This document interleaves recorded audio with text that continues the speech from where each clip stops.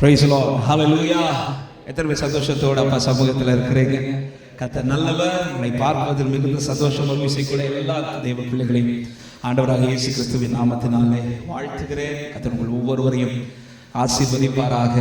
யோசபாத்துக்காக கர்த்தர் எழுந்தருளி யுத்தம் பண்ணது போல இயேசுவின் நாமத்தில் இந்த வார்த்தையை நான் ஆவிலே அதிகம் கழிகூர்ந்து தைரியத்தோடு விசுவாசத்தோடு சொல்கிறேன். காலை வைங்கள், கர்த்தர் யுத்தம் பண்ணுவார். ஹல்லேலூயா, ஆமென். நீங்க சும்மா இருக்கிறீர்கள், கர்த்தர் உங்களுக்காக யுத்தம் பண்ணி கடக்க வேண்டியதை கடலையே கடந்துட்டீங்க. இந்த ஆற்றை கடக்க மாட்டீங்களா? ஆமென். சமுத்திரத்தை கடக்க பண்ணினவர் இந்த யோர்தானை கடக்க பண்ணி உங்கள் தலைமுறைகளுக்கு யோர்தானை எப்படி கடந்தோம் என்கிற சாட்சியை சொல்ல வைப்பார். ஆமென். கற்களை எடுத்து வைத்து யோசுவா சொல்றார், எல்லா கற்களையும் யோர்தான்ல எடுத்த கற்களை குவித்து குவியலா வைங்கன்னு சொல்லிட்டு எல்லாரும் கேட்குற எதுக்கு இது? என் ஜென்ரேஷனுக்கு சொல்லணும். சமுத்திரத்தை கடக்க பண்ணார், யோர்தானை கடக்க பண்ணார். ஆமென். அவர் இன்னும் ஜீவனோடு இருக்கிறார். கர்த்தர் உங்களை ஆசீர்வதிப்பாராக. இந்த சாயங்காலத்தில் ஒரு 1 hour பாஸ்ட் ரூமில் இருக்கும்போது ஆவியானவர் இந்த வார்த்தையை திரும்பி ஞாபகப்படுத்தி வேறொரு வார்த்தையை எடுத்து வச்சு கர்த்தர் சித்தமாக நாளை காலை ஆராதனையிலே கர்த்தர் பேச வைப்பார்னு நம்புகிறேன். ஆமென். இப்பொழுது எடுத்துக்கொள்ளும் யாக்கோபின் புஸ்தகம், புதிய பாட்டில் 316வது பக்கம், யாக்கோபின் நிருபம், அதனுடைய 5வது அதிகாரம். தெரிந்த ஒரு வார்த்தை, பல முறை தியானித்திருப்போம், படித்திருக்கிறோம். ஆனால் கர்த்தருடைய ஆவியானவர் இந்த மாலை நேரத்தில் பேசும்படி இந்த வார்த்தையை ஞாபகப்படுத்தினதுனால இந்த வார்த்தையை முன்வைக்க விரும்புகிறேன். 5வது அதிகாரத்தில் 11வது வசனத்தை நான் வாசிக்கிறேன், கவனிங்கள். இதோ பொறுமையா இருக்கிறவர்களை பாக்கியவான்கள் என்கிறோமே, யோபின் பொறுமையை குறித்து கேள்விப்பட்டிருக்கிறீர்கள், கர்த்தருடைய செயலின் முடிவையும் கண்டிருக்கிறீர்கள். கர்த்தர் மிகுந்த உருக்கமும் இரக்கமும் உள்ளவராக இருக்கிறாரே. கரங்களை உயர்த்தி வார்த்தைக்காக ஆண்டவரை மகிமைப்படுத்தும். ஹல்லேலூயா. யோபின் பொறுமை குறித்து நீங்கள் கேட்டிருக்கிறீர்கள் என்று சொல்லிவிட்டு அடுத்த வார்த்தை சொல்லுகிறார், கர்த்தருடைய செயலின் முடிவையும் கண்டிருக்கிறீர்கள். கர்த்தருடைய ஆவியானவர் இந்த மாலை நேரத்தில் இந்த வார்த்தை அதிகமாக இடைபட துவங்கினார். நிச்சயம் இந்த வார்த்தை இங்க இருக்கிற அநேக உள்ளங்களுக்கு பலனாக இன்னும் முன்னேறி செல்வதற்கு இந்த வார்த்தை ஏதுவாக இருக்கும் என்று நான் ஆவியிலே விசுவாசிக்கிறேன். ஆண்டவரை மகிமைப்படுத்துகிறேன். யோபுடைய பொறுமை இந்த வசனம் துவங்கும் போது எப்படி சொல்லப்பட்டிருக்கிறது என்றால், பொறுமையாயிருக்கிறவர்கள் பாக்கியவான்கள். ஆமென். தேவனுடைய வழி நடத்துதல், தேவனால் நடத்தப்படுகிற தேவ பிள்ளைகளுடைய வாழ்க்கையில ரொம்ப ரொம்ப தேவையான ஒண்ணுதான் இந்த பொறுமை. ஆனா நம்ம கிட்ட இல்லாத ஒண்ணு என்ன தெரியுமா? இதான். வேற எல்லாரும் இந்த பொறுமைங்கிறது மட்டும், அதுவும் கல்யாணம் ஆயிடுச்சுன்னா இந்த பொறுமையே, அது பிறகு பிள்ளைங்க பிறந்த போறதும் பொறுமையில கொஞ்சம் கொஞ்சம் படிப்போம். இப்ப நான் படிக்கிறது போல நான் என்ன வச்சு சொல்றேன்.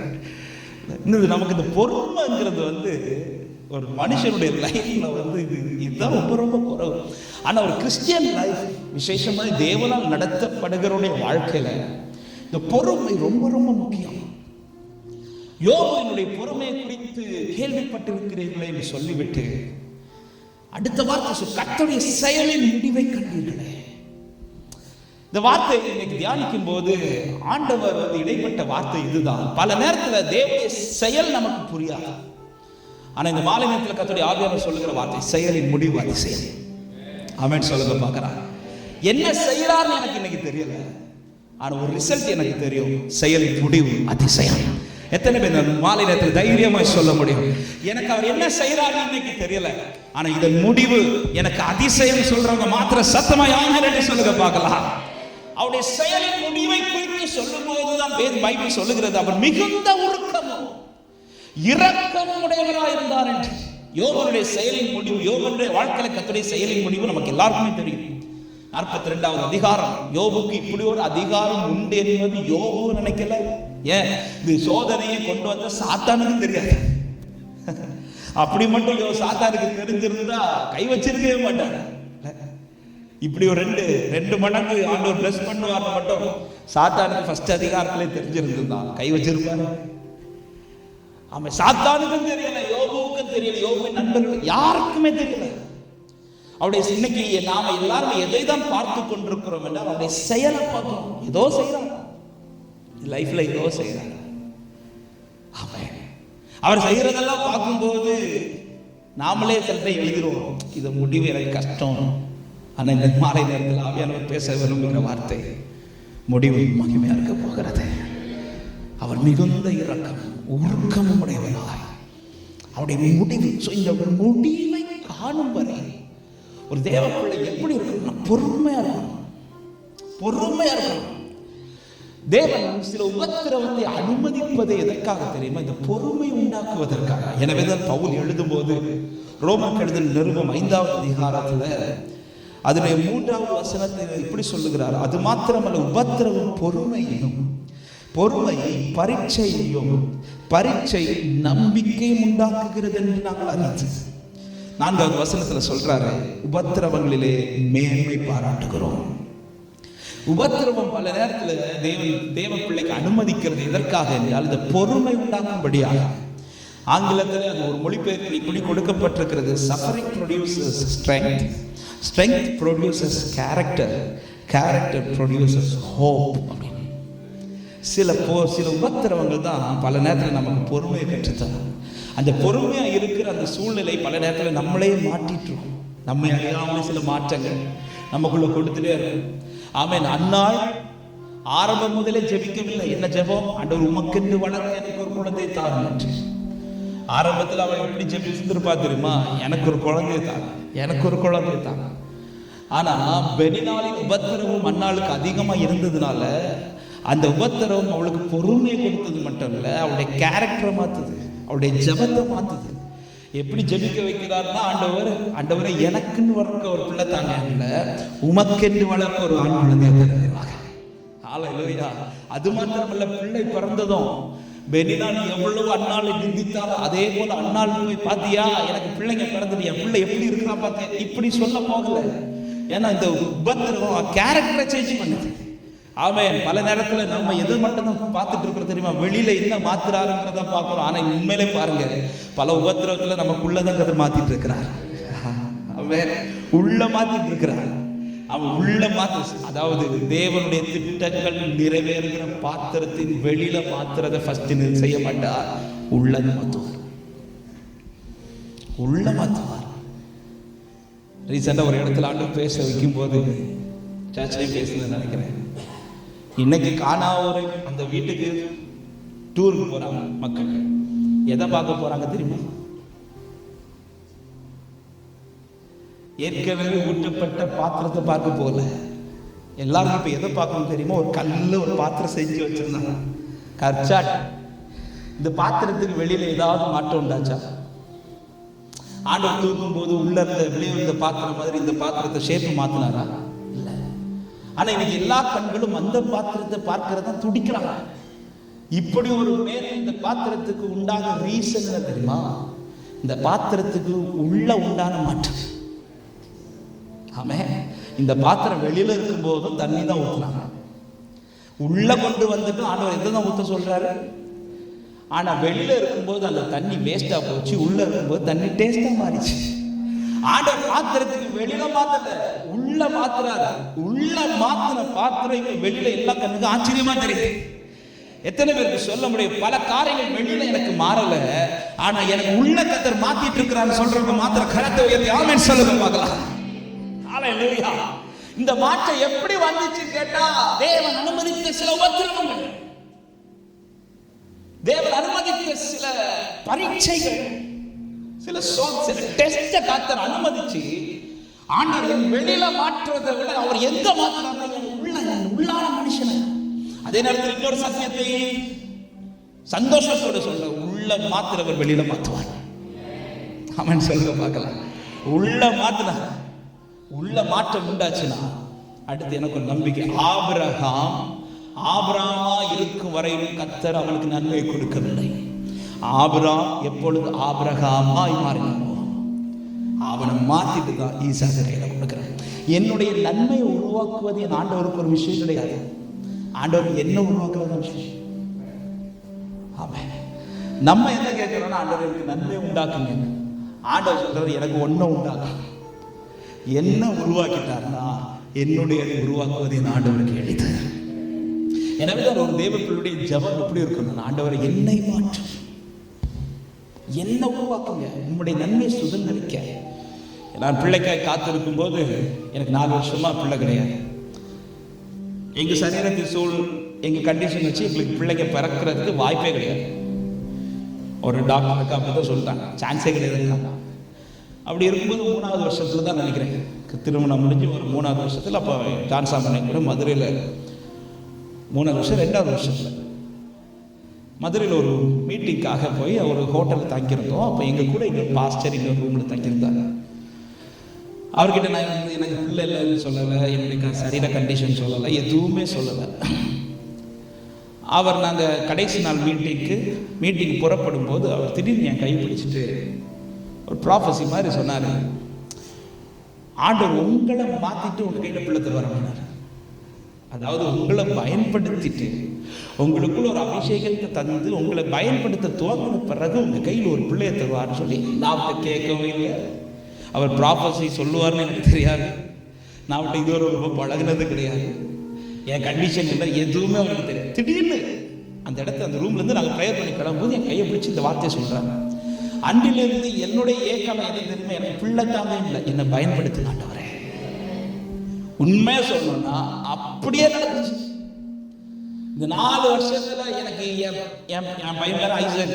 எனக்கு ஐசக் உருவாக்குறது என் ஆண்டவருக்கு விஷயம் அல்ல, என் ஒய்ஃபை உருவாக்குறது விஷயமா இருந்துச்சு.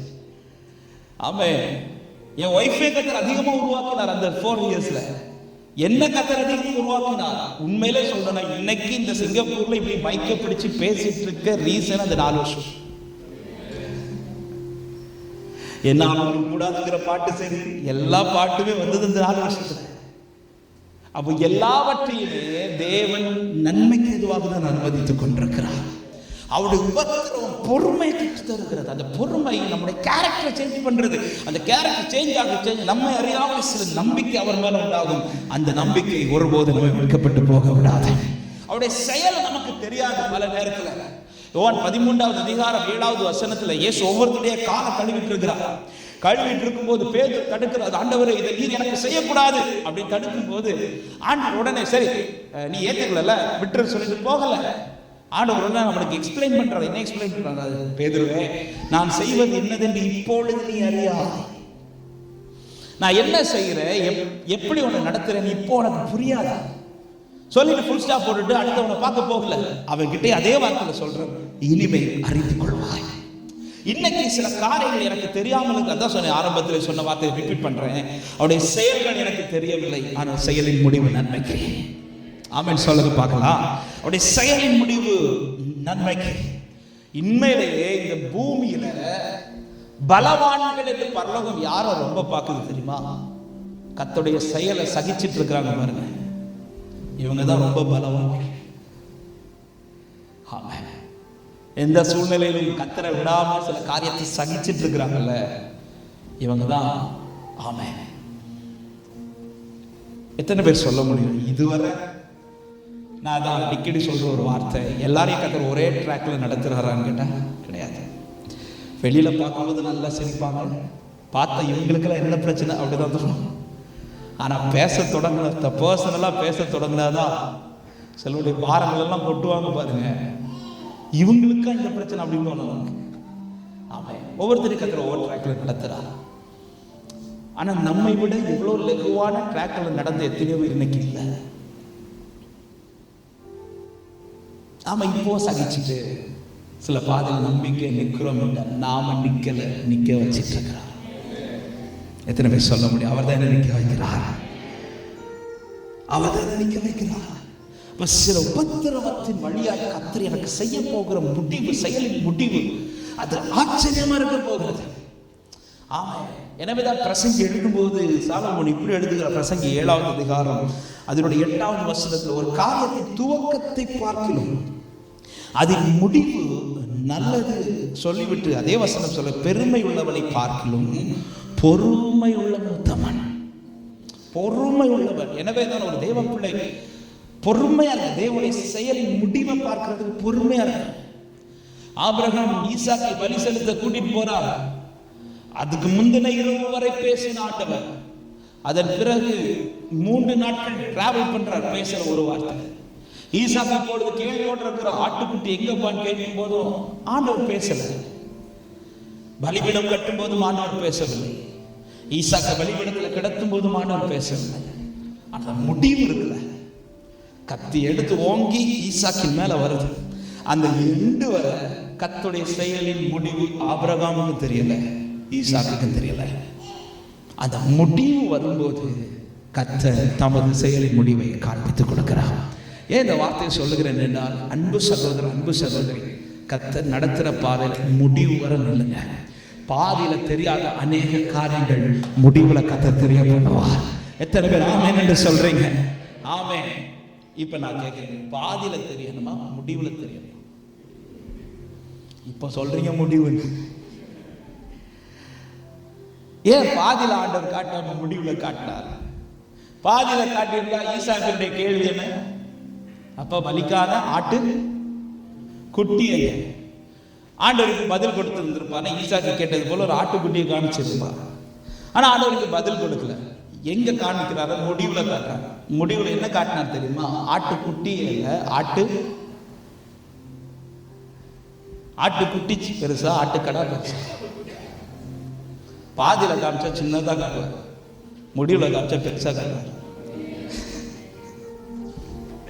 இப்ப கேட்கிறேன், பாதியில காட்டுமா முடிவுல காட்டணுமா? அப்போ கொஞ்சம் சகிச்சுக்கோ. முடிவுல மகிமையா வச்சிருக்கிறார். சில பாதையில சகித்து நடக்கிற அன்பு உள்ளங்களை கர்த்தர் முடிவுல மகிமையானது ஒண்ணு எனக்கு என்று வைத்திருக்கிறார்.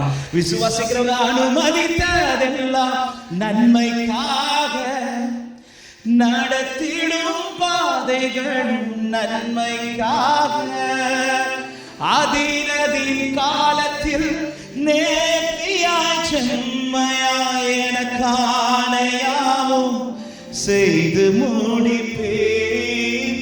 அதினதின் காலத்தில் நேர்த்தியாய் செம்மையாய் எனக்கானையாவும் செய்து முடிப்பேன். உங்க கைகள் கூறுகவில்லை, உம்மால் கூடாது. நம்பிக்கையோட சொல்ல இந்த வார்த்தை, உங்க கைகள் கூறுகவில்லை, உம்மால் கூடாதது எதுவும் இல்லை, உம்மால் கூடாதது எதுவும் இயேசுவால் கூடா. அந்த முடிவு வர இல்லைங்க, முடிவு வர இருக்கும்படியான பலனை கர்த்தர் உங்களுக்கு தருவாராக. ஆமென் சொல்லுங்க பார்க்கலாம். எந்த விதத்தில் பின்வாங்கிறார்கள், எந்த விதத்தில் பின்வாங்கிறார்கள்?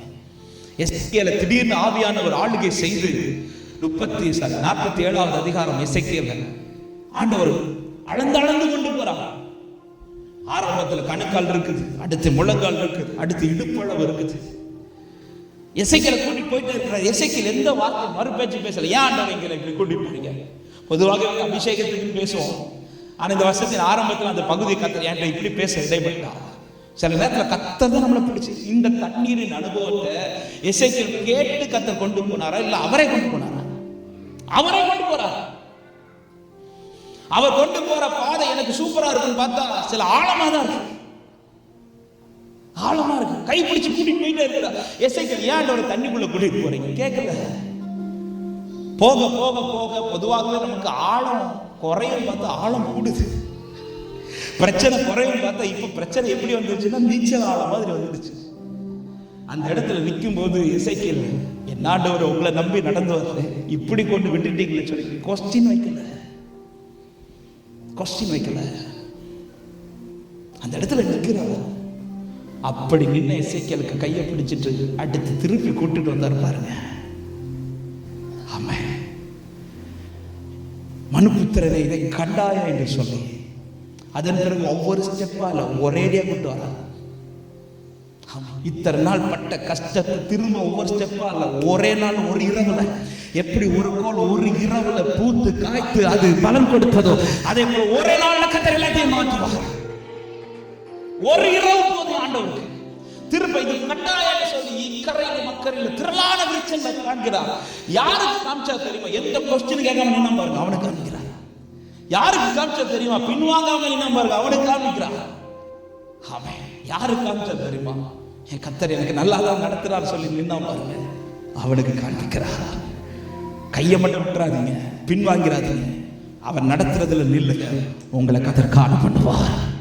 முடிவுல கர்த்தருடைய மகிமை விளங்கும். ஆமென் சொல்லுங்க பார்க்கலாம். முடிவுல அதை காண்பீர்கள். நாளானது விளங்க பண்ணும் என்று பைபிள் சொல்லுகிறது. நேரம் வரும்போது கர்த்தர் ஏன் என்னை இப்படி நடத்துகிறார் என்பதை கர்த்தர் நிரூபித்து காண்பிப்பார். முடிவில் அது விளங்கும். கடைசி வரை இல்லை. திரும்ப இந்த வார்த்தை சொல்ல இயலும்படிய பாதியில் காணாத அநேக காரியங்கள் கர்த்தர் முடிவில் வைத்திருக்கிறார். பாதியில காட்டலையா, முடிவு மகிமையா இருக்க போகுதுன்னு அர்த்தம். ஆமென் சொல்லுங்க பார்க்கலாம். கர்த்தருக்கு மகிமை உண்டாவதாக. இங்க யோபு, ஏன்னா யோபு சந்திச்ச பிரச்சனை இங்க இருக்கிற நாம சந்திச்சிருக்கிறோமான்னு கேட்டா நிச்சயமா சில நேரத்தில் ஆவேசத்துல நம்ம சொல்ற சாட்சி, யோபு போல கர்த்தர் என்னை சோதிச்சா, உண்மையில அப்படி சோதிச்சா தெரியும். தலைவலி வந்தாலும் கட்சிக்கு வர மாட்டோம். நம்ம யோபுக்கு வந்த சோதனை என்பது கொஞ்சம் சோதனை கிடையாது, நமக்கு வர்ற மாதிரி பிரச்சனை கிடையாது. ஒரே நாள்ல, அதாவது ஒவ்வொரு நாள் ஒவ்வொரு காற்று அடிச்சு பிரச்சனை வந்துச்சுன்னா கூட சகிச்சிருக்கலாம். ஒரே நாள்ல காலையில இருந்து ஈவினிங் உள்ள எல்லா நியூஸுமே கேட்கிறாங்க. தன் சொத்துக்கள் அழிகிறது, ஆடு மாடுகள் அழிகிறது, பிள்ளைகள் செத்து போறது, இது எல்லாமே அடுத்தடுத்து வந்து சொல்லிட்டே இருக்கிறாங்க. இப்படி மட்டும் ஒரு நியூஸ் நமக்கு கேட்டுச்சுன்னா அந்த இடத்துல ஹார்ட் அட்டாக் வந்துருப்போம். யோபு அதை கேட்டுட்டு என்ன சொல்றாருன்னா, கர்த்தர் கொடுத்தா கர்த்தர் எடுத்தா கர்த்தருடைய நாமத்திற்கு எப்படி அந்த மனுஷனுக்கு சொல்ல முடிஞ்சிச்சுன்னு தெரியல. 2வது அதிகாரத்துல சரீரம் முழுவதும் பலவீனம், அதாவது உச்சந்தலை முதல் உள்ளங்கால் வரையிலும் அப்படி பலவீனம். அதன் நடுவில் மேலும் சொல்லுகிறது, அவன் தன் வாயினால பாவம் செய்யவில்லை என்று, தேவனை தூஷிக்கவில்லை. மனைவி சொல்றாங்க, தேவனை தூஷித்து ஜீவனை விடுன்னு சொல்லும் போது யோபு பாவம் பண்ணல, தேவையில்லாத வார்த்தை சகிச்சிட்டு இருக்கிறார். இப்படி யோபு பொறுமையா இருப்பதற்கு காரணம் என்ன? யோபு இவ்வளவு கடினமான பாதையில் உங்களால் எப்படி பொறுமையா இருக்க முடிகிறது என்றால், யோபுக்கு வெளிப்பட்ட 2 அனுபவங்கள். அநேக காரியங்கள் யோபுவை குறித்து பேச இருந்தாலும் கர்த்தருடைய ஆவியானவர் இங்கு பேசும்படி உணர்த்தின 2 காரியங்களை சொல்ல விரும்புகிறேன். ஒன்று, யோபு 23வது அதிகாரம் அதனுடைய 10வது வசனத்தை ஒரு வாசிக்கிறீங்களா? யோபு 23:10.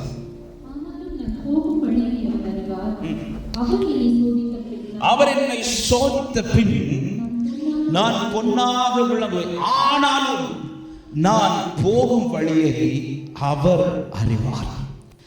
அதுக்கு முந்தின வசனத்துல 8-9 வசனங்களில் யோபு சொல்லுங்க, இதோ நான் முன்னாக போனாலும் அவர் இல்லை, பின்னாக போனாலும் அவரை காணேன், இடதுபுறத்தில் அவர் கிரியை செய்தும் அவரை காணேன், வலதுபுறத்திலும் நான் அவரை காணாதபடிக்கு ஒளித்திருக்கிறார். யோபுக்கு ஒண்ணு நல்லா தெரியுது, கர்த்தர் அனுமதிக்காம என் லைஃப்ல வரல, கர்த்தர் விட்டு கொடுக்காம என் லைஃப்ல இதை சாத்தான் செய்யவில்லை, எனவே இது எல்லாவற்றையும் கர்த்தர் தான் செய்கிறார் என்கிற தெளிவு இருக்குது.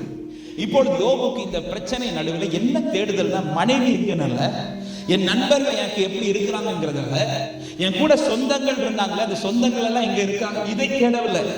யோபு யாரை தேடுகிறார் என்றால், யார் இதை அனுமதித்தாரோ அவரை தேடுறார். கர்த்தர் இங்க முன்னாடி பார்க்கிறார் காணல, பின்னாடி பார்க்கிறார் காணல, ரைட்ல நின்று ஏதோ செய்யறாரு மட்டும் எனக்கு ஃபீல் ஆகுது, ஆனா தேடி பார்த்தா அவரை பார்க்க முடியல, இடது பக்கத்துல பார்த்தாலும் அவர் இல்லை. இப்படி சொல்லி அவர் திரும்பி திரும்பி சுத்திலும் பார்க்கிறார், அவரை பார்க்க முடியவில்லை. ஆனாலும் யோபுக்கு என்ன கான்பிடென்ட்னா, நான் ஏன் இந்த பாதையில் நடக்கிறேன், இந்த வழி என்னங்கிறது எனக்கு தெரியாது, ஆனா அனுமதித்த அவருக்கு தெரியும். என் வழியை அவர் அறிவார். இந்த தெளிவு ஒரு தேவ பிள்ளைக்கு இருக்கணும். என்ன தெளிவுனா, வழி இல்லாத இடத்தில் கர்த்தர் என்னை கொண்டு போகவில்லை, வழி இருக்கிற இடத்துல தான் கர்த்தர் கொண்டு போயிட்டு இருக்கிறார். எத்தனை பேர் விசுவாசிச்சு ஆமென் சொல்றீங்க? என் ஆண்டவர் வழி இல்லாத இடத்துல கொண்டு போகிறவர் அல்ல. நம்ம ஊர்ல சில நேரத்தில் இந்த கூகுள் மேப் காட்டுற வழி இருக்குது, ஷார்ட்கட் பேசுன்னு சொல்லி நம்மளை கூட்டிட்டு போகும். இப்படிதான் ஒரு விபிஎஸ் ஊழியத்துக்காக ஒரு ட்ரைனிங்காக ஒரு இடத்துக்கு போகலாம். இரவு எனக்கு தெரிஞ்ச ஒரு 11 மணி 12 மணிக்கு காரை அப்படி குளிச்சு இருந்து கூகுள் மேப் போட்டுட்டு எங்கேயோ காரைக்குடியே எங்கேயோ போயிட்டு இருக்கோம். போகும்போது ஷார்ட்கட் வேறு சொல்லிட்டு ஒரு இடத்துல காமிச்சு தருது. நாங்கள் அதை நம்பி அந்த ட்ராக்கை போயிட்டு இருக்கிறோம். திடீர்னு பார்த்தா பயங்கர இருட்டு, ஒரு லைட் கிடையாது, ஒன்றுமே கிடையாது. கார் லைட் அடிச்சு பார்க்க ஒருத்தர் வழியிலேயே கட்டில் போட்டு படுத்துருக்குறாங்க. எங்களுக்கு அது பார்த்தோன்னு 12 மணிக்கு எப்படி இருக்கும், என்னதான் பாஸ்டர்னாலும் டப்புன்னு இப்படியெல்லாம் பார்த்தோன்னு அப்படி பயந்துட்டு இருக்கும் போது அவர் டக்குன்னு எழுப்பிட்டார். எழுப்பி எங்கேயா போறீங்க? ஐயா இந்த ஒரு இடத்துல. இது சுடுகாடு அப்படின்னா மேப் அதுக்கப்புறம் காடு கோ ஸ்ட்ரைட். எங்க ஸ்ட்ரைட் போறோம்? போன புலிக்குள்ளதான் இருக்கணும். சுடுகாடு இங்கெல்லாம் ரோடு கிடையாது, நீங்க திரும்பி போங்க, மெயின் ரோட்ல போய் வேற வழியில போகணும்னு அவர் சொல்லிட்டு திரும்ப போய் அவர் படுத்துட்டார். அப்போதான் நினைச்சது கூகுள் மேப்பை நம்பவே. எங்க கூகுள் மேப் சில நேரத்துல வழி தப்பி காட்டும், பரலோக மேப் தப்பாது. வழி இல்லாத இடத்தில் நடத்துகிற தெய்வத்தை அல்ல நானும் நீங்களும் ஆராதிக்கிறது. ஏற்கனவே வழி உண்டாக்கி வைத்திருக்கிற இடத்துல கர்த்தர் நடத்தி கொண்டிருக்கிறார். சத்தமாம் என்று சொல்லுங்க பார்க்கலாம். கானானுக்கு போகும் வழி சமீபமா இருந்த பிறகு கர்த்தர் அவர்களை அப்படி நடத்தாமல் அவர்களை வனாந்தர வழியை சுற்றி நடக்க பண்ணினார். அப்போ இந்த வனாந்தரத்தில் இஸ்ரவேலர்கள் மோசையால அவனால் நடத்தப்படவில்லை, கர்த்தர் தான் நடத்துறார். அப்படி நடத்தி எங்க கொண்டு வந்து விடுறாரா? சமுத்திரத்துக்கு முன்னாடி கொண்டு வந்து விடுறாரா? சமுத்திரத்துக்கு முன்னாடி கொண்டு வந்து விடுறாரா? அன்பு சபையா, அன்பு சகோதர சகோதரி, கர்த்தர் ஒரு மேப் உங்களுக்கு காமிச்சு அந்த பாதையில ஒரு சமுத்திரம் வந்து இருக்கிறதுனால கலங்காதீங்க. சமுத்திரத்தில் இனி அல்லாமல் வழி உண்டாக்க போவது ஏற்கனவே சமுத்திரத்தில் வழி அவர் வைத்திருக்கிறார். ஆமென் சொல்லுங்க பார்க்கலாம். வழி இல்லாத டிராக்ல கர்த்தரை கொண்டு போக மாட்டார், கொண்டு போக அவர் அனுமதிக்க மாட்டார். பல நேரத்தில் தடைகள் வருவது போல இருக்கும், ஆனால் ஒன்றும் தடைப்படாது. இந்த வார்த்தை நான் ரிப்பீட் பண்றேன். பல காரியங்கள் தடைகள் வருவது போல இருக்கும், ஆனால் கர்த்தர் செய்ய நினைத்தது ஒன்றும் தடைப்படாது. வழி இல்லாத டிராக்ல கர்த்தர் அவர் காட்டுற வழி சரியானவன், அவர் காண்பிக்கிற வழிதான் சரியானவே. அந்த வேலை சில நேரத்தில் சமுத்திரம் வந்து தடைக்கிறது போல இருக்கணும், ஆனா ஒரு தேவனை புரிஞ்சுக்கணும், இந்த சமுத்திரத்திற்குள்ள எனக்கு ஒரு ஒழுங்கு வச்சிருக்கிறார். இதை மோசே தெரிஞ்சதுனால பாருங்க, யாத்திராகமம் அந்த அதிகாரத்துல எனக்கு ரொம்ப ஆச்சரியப்படுத்தினது, யாத்திராகமம் 14வது அதிகாரம். சமுத்திரத்துல வந்து பாளையம் இறங்கிட்டாங்க. இறங்கி பின்னாடி பார்வோன் சேனை மொத்தமும் புறப்பட்டு வந்து அந்த ரதத்தின் சத்தத்தை கேட்டதும் இங்க ஜனங்கள் எல்லாம் முறுமுறுத்து புலம்பு தொடங்கிட்டாங்க. புலம்பி இப்பொழுது மோசைட்ட வந்து நிக்கிறாங்க பாருங்க. ஆமென். அதனுடைய 11-12 வசனங்களை நான் வாசிக்கிறேன். அன்றையும் அவர்கள் மோசையை நோக்கி, எகிப்தில் பிரேத குழிகள் இல்லை என்றால் வனாந்திரத்தில் சாகும்படிக்கு எங்களை கொண்டு வந்தீர். நீர் எங்களை எகிப்திலிருந்து புறப்பட பண்ணினதினால் எங்களுக்கு இப்படி செய்தது என்ன? 12வது, நாங்கள் எகிப்தில் இருக்கும்போது நாங்கள் எகிப்தியருக்கு வேலை செய்ய எங்களை சும்மா விட்டு விடும் என்று சொன்னோம் அல்லவா? நாங்கள் வனாந்திரத்தில் சாகிறதை பார்க்கலாம், எகிப்தியருக்கு வேலை செய்கிறது எங்களுக்கு நலமாயிருக்கும். 13வது வசனத்தில், அப்பொழுது மோசே ஜனங்களை நோக்கி, பயப்படாதீர்கள், நீங்கள் நின்று கொண்டு இன்றைக்கு கர்த்தர் உங்களுக்கு செய்யும் ரட்சிப்பை பாருங்கள். இன்றைக்கு நீங்கள் காண்கிற எகிப்தியரை இனி என்றைக்கும் காண்பதில்லை, கர்த்தர் உங்களுக்காக யுத்தம் பண்ணுவார், நீங்கள் சும்மா இருப்பீர்கள் அப்படின்றார். 11-12 வசனத்துல இந்த ஜனங்களும் இரத்தத்தால் மீட்கப்பட்ட ஜனங்கள், மோசையும் இரத்தத்தால் மீட்கப்பட்டவர். இந்த 11-12 இந்த ஜனங்கள் ஒரு வார்த்தையாவது கர்த்தர் யூஸ் பண்ணாங்க. தடை வந்ததும் அவங்க வாயில ஃபுல்லா வருது என்ன தெரியுமா? எகிப்து, எகிப்து. இந்த 2 வசனத்துல கிட்டத்தட்ட 5 முறை எகிப்து எகிப்துன்றாங்க. அடுத்த வசனத்துல மோசே ஒரு இடத்துல எகிப்துன்னு சொல்லுவாங்க, கர்த்தர். ஆமென். நம்ம பிரச்சனை என்ன தெரியுமா? சில வாசல் அடைபட்டதும் நம்ம எங்க போக்கஸ் பண்ண தெரியுமா? உலகத்துக்குள்ள. என் வே எங்க இருக்கு? என் வே யார்கிட்ட இருக்கு? ஒரு தேவக்குள்ள புரிஞ்சுக்கணும். அடைபடுறது போல வருதுன்னா அல்லது அடைபட்டு இருக்கிறது போல ஃபீல் ஆகுதுன்னா நீங்க பார்க்க வேண்டிய ஒரே வே கர்த்தரை மட்டும் தான். மொத்த ஜனங்கள் எகிப்தை குறித்து பேசிட்டு இருக்கும்போது மோசே மட்டும் சொல்ற கர்த்தர். ரத்தத்தால் மீட்கப்பட்ட ஒரு தேவ பிள்ளைக்கு வழி எகிப்திலிருந்து அல்ல, ரத்தத்தால் மீட்கப்பட்ட ஒரு தேவ பிள்ளைக்கு வழி கர்த்தரிடத்திலிருந்து மட்டுமே உண்டு. நீங்கள் நின்று கொண்டு இன்றைக்கு கர்த்தர் செய்யும் அற்புதத்தை காண்பீர்கள் என்று சொல்லி அந்த மோசையை கொண்டுதான் கர்த்தர் வழியை காண்பித்துக் கொடுக்கிறார். ஆமென். அன்பு ஜனமே, வழி இல்லாத பாதையில் அவர் கொண்டு போகவில்லை. மாறாவுக்கு கிட்ட கொண்டு வந்து வழி இல்லாத இடத்தில் அல்ல, கர்த்தர் ஏற்கனவே ஒரு மரத்தை ஆயத்தம் பண்ணி வச்சிருக்கிறார். ஒரு மரம் வளரணும்னா குறையாம 5 முதல் 6 வருஷங்களாவது மினிமம் இல்ல. இவங்க இப்ப இந்த மாறாவு கிட்ட வந்து ஒரு சில வாரங்கள் தான் நாங்கள் இருக்கோம்.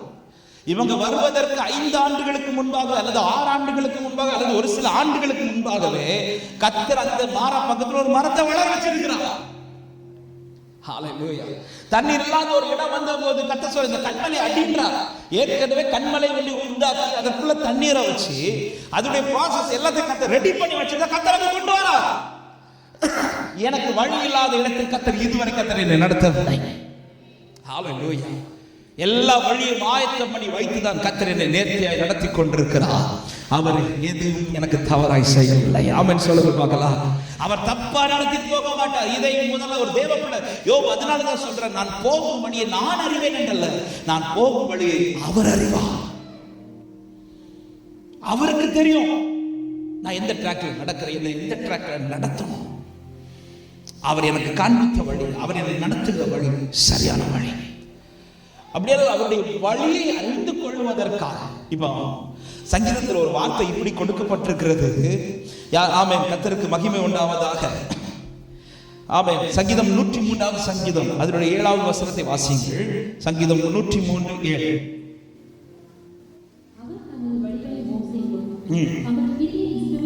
தமது கிரியைகளை இஸ்ரவேல் புத்திரருக்கும் தெரிய பண்ணினார். அப்போ நான் போகும் வழியை அவர் அறிவார் என்றால் அவருடைய வழியை நான் அறிந்து கொள்ளணும். நான் அறிந்து கொள்வதற்கு யோபு சொல்றார், எனக்கு அவர் நடத்துகிற பாதை எனக்கு தெரியும், நான் போகும் வழி அவர் அறிவார். இங்கே மோசைக்கு கர்த்தர் எதை காண்பிக்கிறார் தெரியுமா?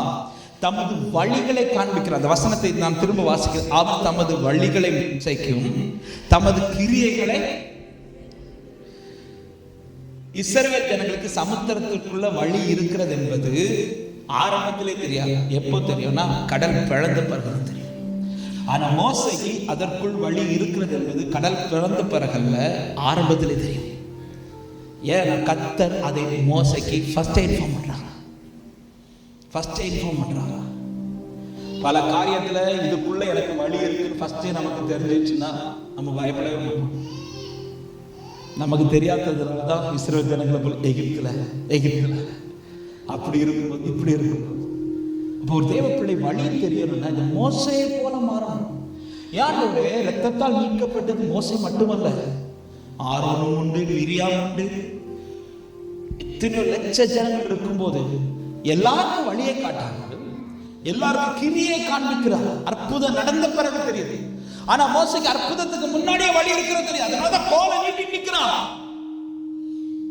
அதனாலதான் கோலை. அதை நேற்றுக்கு ஒரு மீட்டிங்ல பேசும்போது ஆண்டவர் சொல்ல வச்சா, திடீர்னு இங்க ஆண்டவர் திடீர்னு உங்களுக்குள்ள ஒரு வார்த்தையை தந்து, சிங்கப்பூர்ல ஒரு கடலுக்கு முன்னாடி போய் உன் கோலை நீட்டி நில்லு, அதை நான் பழக்கம் பண்ணுவேன்னு சொன்னா எத்தனை பேருக்கு போய் நிற்பீங்க? நம்ம அப்படி ஒரு வேளை போய் நின்றுட்டு இருந்தா உலகம் பார்த்து என்ன சொல்லும்? சும்மா சொல்லுங்க, அப்பெல்லாம் இது பண்ண. திடீர்னு கடல் கிட்ட போய் நின்றுட்டு, சென்டர் சாலை போய் நின்றுட்டு, ஒரு பீச்சுக்கு முன்னாடி நின்று கோலம் இப்படி நீட்டி நின்று அங்க டூருக்கு வரவங்களாம் பார்த்து என்ன சொல்லுவாங்க? என்ன அழகு லூசு. இதே போலதான் மோசையை பார்த்து சொல்லியிருப்பாங்க. மோசை அவன் என்ன லூசு சொல்லிட்டாங்க. அதெல்லாம் கையை, ஏன்னா மோசைக்கு தெரியும் இதுக்குள்ளவே இருக்கு. ஏன் இந்த வார்த்தை சொல்றேன்னா, வார்த்தைகளை கோலை பிடிச்சிட்டு சில பாதையில நிற்கும் போது சுத்தி இருக்கிறவங்க என்னதான் சொல்லுவாங்க தெரியுமா? லூசு அப்படின்னா. இந்த காலத்துல இன்னும் வார்த்தையை பிடிச்சிட்டு நிக்கிறாங்க, இந்த காலத்துல இன்னும் ஃபெய்த்ல நிக்கிறாங்க, இப்படிதான் சொல்லுவாங்க. இதை சொல்றாங்கன்னு சொல்லிட்டு நீ வார்த்தையை சுருக்கிறாத, கையை சுருக்கிறாத. இதுல இன்னொரு சத்தியத்தை சொல்றேன், உன் கை வலிச்சு கீழே போடுறதுக்கு முன்னாடி காற்று அனுப்பி கடலை பிளந்துருவார். ரொம்ப நேரம் நீட்ட விட மாட்டார். மோசை கை எவ்வளவு நேரம் நீட்ட முடியும் அவருக்கு தெரியும். மோசை கை அமெரிக்கருக்கு முன்னாடி கை தளர்ந்த போது ஆள சைலண்ட், எனக்கு கூட ஊர் ஆரம்பம். ஆனா இங்க யாரும் கிடையாது. மோசை மட்டும் இப்படி நீட்டி நிற்கிறா. ஏன் ஆரம்பம் கூட சிரிச்சிருந்திருப்பார், வயசான காலத்துல என்ன ஆயிடுச்சு. ஆனா நிற்க நிற்க அவன் கை தளர்வதற்கு முன்பாக பழக்க வேண்டியது கர்த்தர் பழக்கிறார். அன்பு சகோதர சகோதரி, இயேசுவின் நாமத்தில் சொல்ற வார்த்தை பிடிச்சு நிக்கிற ஒரு தேவப்புள்ள தளர்வதற்கு முன்பாக அற்புதம் நடக்கும். கர்த்தர் இதை செய்ய வல்லவர். விசுவாசிக்கிற கைகளை தட்டி ஆமென் என்று சொல்லு. ஹalleluya. என் தேவன் எனக்கா ஏதாகிலும் செய்திடுவார் என்றாகிலும் என்னை மறந்தது உண்டா? கிரகிக்க முடியா காரியம் செய்வி சர்வஞானியே. அப்ப இந்த மோசைக்கு இந்த வழியை காட்டுகிறார். அந்த மோசைக்கிட்ட ஏதோ நடந்திருக்கும். எல்லாருமே ரத்தத்தால் மீட்கப்பட்டு எல்லாருமே கர்த்தரை நடத்துறார். ஆனா எல்லாருக்கும் வழியை காட்டவில்லை, மோசைக்கு மட்டும்தான் வழியை காட்டுறார். ஏன் மோசைக்கு மட்டும் சொல்றீங்க? அட்லீஸ்ட் ஆரோனுக்கும் சொல்லிருக்கலாம்.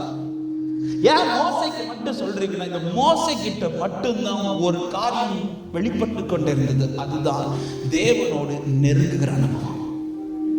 மலைக்கு மேல இவன் மட்டும் ஏறி போவான். எதுக்கு தெரியுமா? ஆண்டவரோடு பேசுறதுக்கு, ஆண்டவரோடு பழகுறதுக்கு. மற்ற எல்லாருக்கும் அவர் செய்கிற அற்புதம் போதும், அவருக்கு மற்ற எல்லாருக்கும் அவர் வேண்டாம். ஆனா இந்த மோசைக்கு அற்புதத்தை விட இந்த மோசைக்கு அவர் முக்கியம். ஆமென். யாருக்கு வழி காட்டுவார் தெரியுமா? யார் அவரோட பழகுறாங்களோ, பழகுறவனுக்கு முன்பாக அவர் வழி காண்பிப்பார். ஹல்லேலூயா. இந்த மோசை எப்படிப்பட்டவர் தெரியுமா? மோசை ஆரம்பத்தில் சந்திச்சது மோசை தேடினதுனால சந்திக்கல, மோசையை தேடி வந்து சந்தித்தார். யாத்திராகமம் 3வது அதிகாரத்தில் முச்செடியில் எழுந்தருளி மோசையை ஆண்டவரை கூப்பிட்டதுனால அவர் முச்செடியில் வரல, மோசையை கூப்பிடுவதற்காக முச்செடியில் வந்தார். சந்தித்த பிறகு அதன் பிறகு மோசை தேவனை தேடி மலைக்கு மேலே ஏறி போறார். மோசை மட்டும் ஏறி போறார். மோசைக்கு சொல்ல நீ மட்டும் சமீபித்து வந்தார். அதன் பிறகு ஆண்டவரை அவன் தேட வைக்கவில்லை, அவன் ஆண்டவரை தேடி போகிறான். ஆமென். போகிறவன் சில நாள் 40 நாட்கள், சில நாட்கள் பல நாட்கள், ஒரு வாரம், 6 நாட்கள், 7 நாட்கள், 40 நாட்கள் அவர் சமூகத்தில் உட்கார்ந்து இருக்கிற இந்த மோசை கர்த்தர் தமது வழிகளை காண்பித்துக் கொண்டே இருக்கிறார். ஏன் இந்த வார்த்தையை சொல்லுகிறேன் என்றால், எனக்கு தேவனுடைய வழி தெரியணும்னா என் வாழ்க்கையில தேவனோட உறவு அதிகமாகணும். எனவேதான் யோபுடைய இந்த கஷ்ட காலத்துல யோபு எதற்கு ஏங்குகிறார் என்றால், எனக்கு முந்தின சீனா இருந்தா நலமா இருக்கும். ஏன்பா முந்தின சீனா இருந்தா நல்லா இருக்கும்? அன்னைக்கு என் கூடாரத்தில் அவருடைய ரகசிய செயல் இருந்துச்சு, என் ஆண்டுடைய ஃப்ரெண்ட்ஷிப் என்னோட இருந்துச்சு, அவரோட பழக்கம் எனக்கு இருந்துச்சு, என்கிட்ட என் ஆண்டவர்கிட்ட நான் பேசிட்டு அந்த காரியம் எனக்கு இப்ப இருந்திருந்தா எனக்கு நல்லா இருந்திருக்கும். இதுதான் யோபுடைய ஏக்கமா இருந்துச்சு.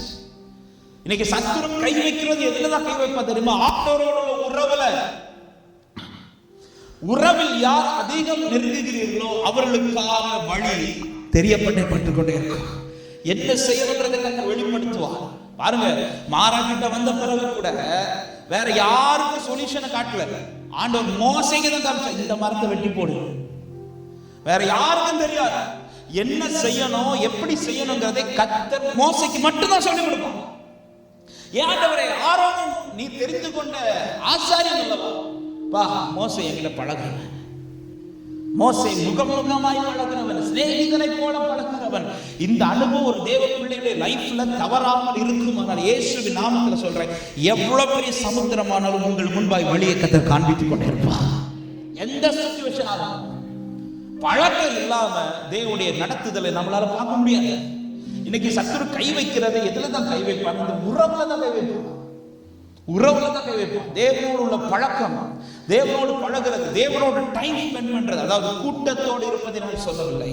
கூட்டத்தோடு ஆராதிப்போம், கூட்டத்தோட தேவனை நோக்கி பார்ப்போம், கூட்டத்தோட தேவனுக்கு எல்லாமே செய்வோம். இது அல்ல. இதை தாண்டி தேவனோடு உள்ள பர்சனல் ரிலேஷன்ஷிப், ஆண்டவரோட தனித்துவமான அனுபவம். மோசே போயிடுவார், மலைக்கு மேல போயிடுவார், கூட்டத்தோட மிரியாம் பாடி ஆராதிக்கும் போது கூட ஆராதிப்பார், ஆராதிக்கும் போது கூட ஆராதிப்பார். ஆனா மோசைக்கு தனிப்பட்ட ஒரு உறவு இருந்துச்சு. அந்த உறவு இருந்ததுனால கர்த்தர் வழியை காமிச்சு கொடுக்கிறார். கர்த்தர் வழியை காமிச்சு கொடுக்கிறார். ஆமென். இயேசு பூமியில ஊழியம் செய்யும் போது கூட பாருங்க, பிதாவோட உறவு இருக்க இருக்க பிதாவின் சித்தம் என்ன என்பதை அறிந்து ஒவ்வொரு நாளும் ஒவ்வொரு ஸ்டெப் எடுத்து வைக்கிறார். ஒரு தகப்பன் தன் பிள்ளைக்கு சுகத்திற்காக வந்து சீஷர்களை கேட்கும் போது சீஷர்கள் என்னெல்லாமோ செஞ்சு பார்க்கிறாங்க, முடியல. ஆண்டவராக இயேசு கிறிஸ்து ராத்திரி முழுவதும் பிதாக்களை பேசிட்டு அவர் மலையிலிருந்து இறங்கி வந்தார். வந்து ஒரே வார்த்தை தான் சொன்னாரு, அந்த பிசாசு அவனை விட்டு போயிடுச்சு. சீஷர்கள் கேட்கிறாங்க, ஆண்டவரே எங்களால முடியலையே ஆண்டவரே, நீங்க ஒரே வார்த்தை தான் சொன்னீங்க, இந்த பிசாசு ஓடிச்சு, ஏன் எங்களால முடியலன்னு சொல்லும் போது ஆண்டவர் சொல்லி கொடுக்குற, நீ கனெக்ஷன் இல்லாம எதுவும் செய்ய முடியாது. உன் முன்னாடி வழி தெரியணுமா, சில காரியத்தை உனக்கு ஈஸியா ஹேண்டில் பண்ணணுமா, சில காரியங்கள் உனக்கு ஈஸியா கடந்து போகணுமா, நீ செய்ய வேண்டிய பிரதானமான தெரியும் ஒரு ரிலேஷன்ஷிப் வித் காட். ஆண்டவர் உங்களை தனிப்பட்ட உறவை அதிகப்படுத்துங்கள். உறவு ஸ்ட்ராங்காங்க உங்களுக்கான வழி திறக்கப்பட்டு கொண்டே இருக்கும்.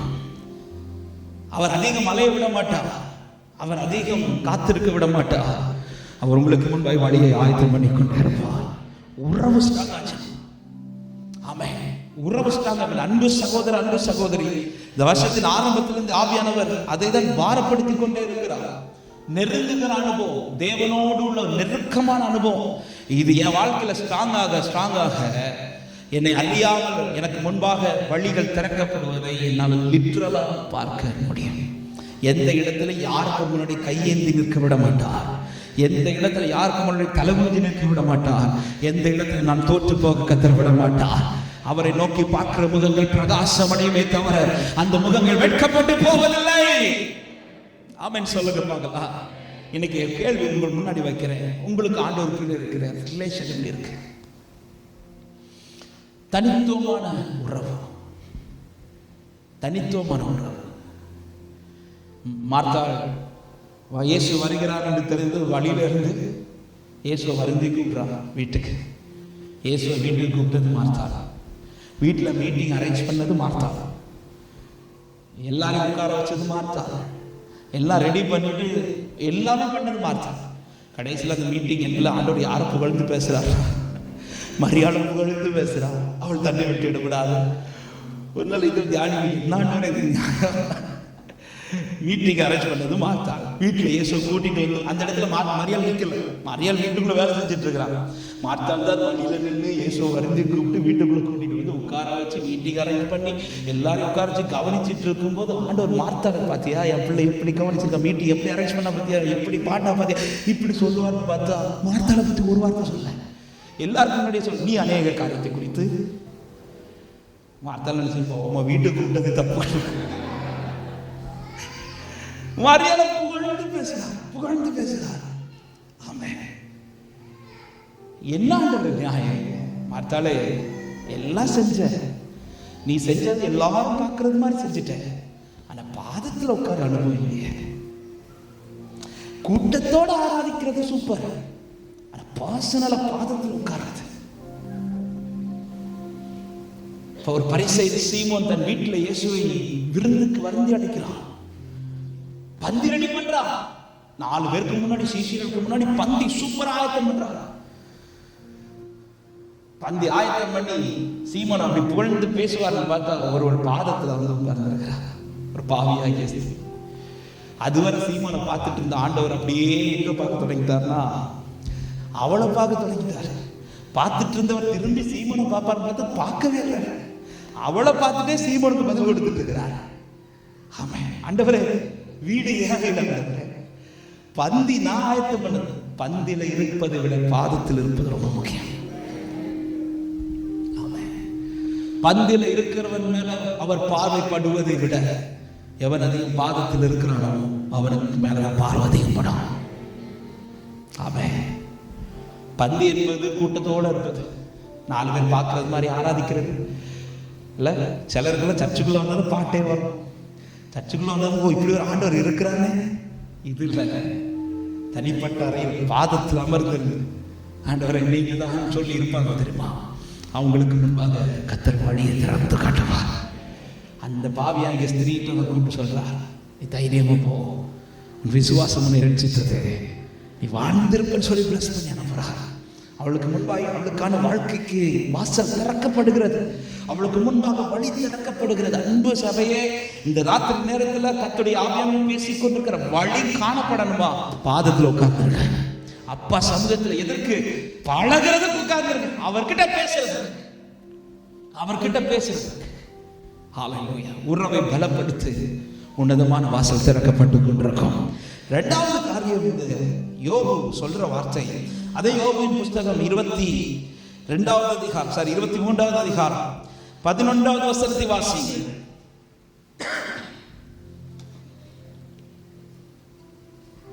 மைக்ல வாசிக்கிறீங்களா?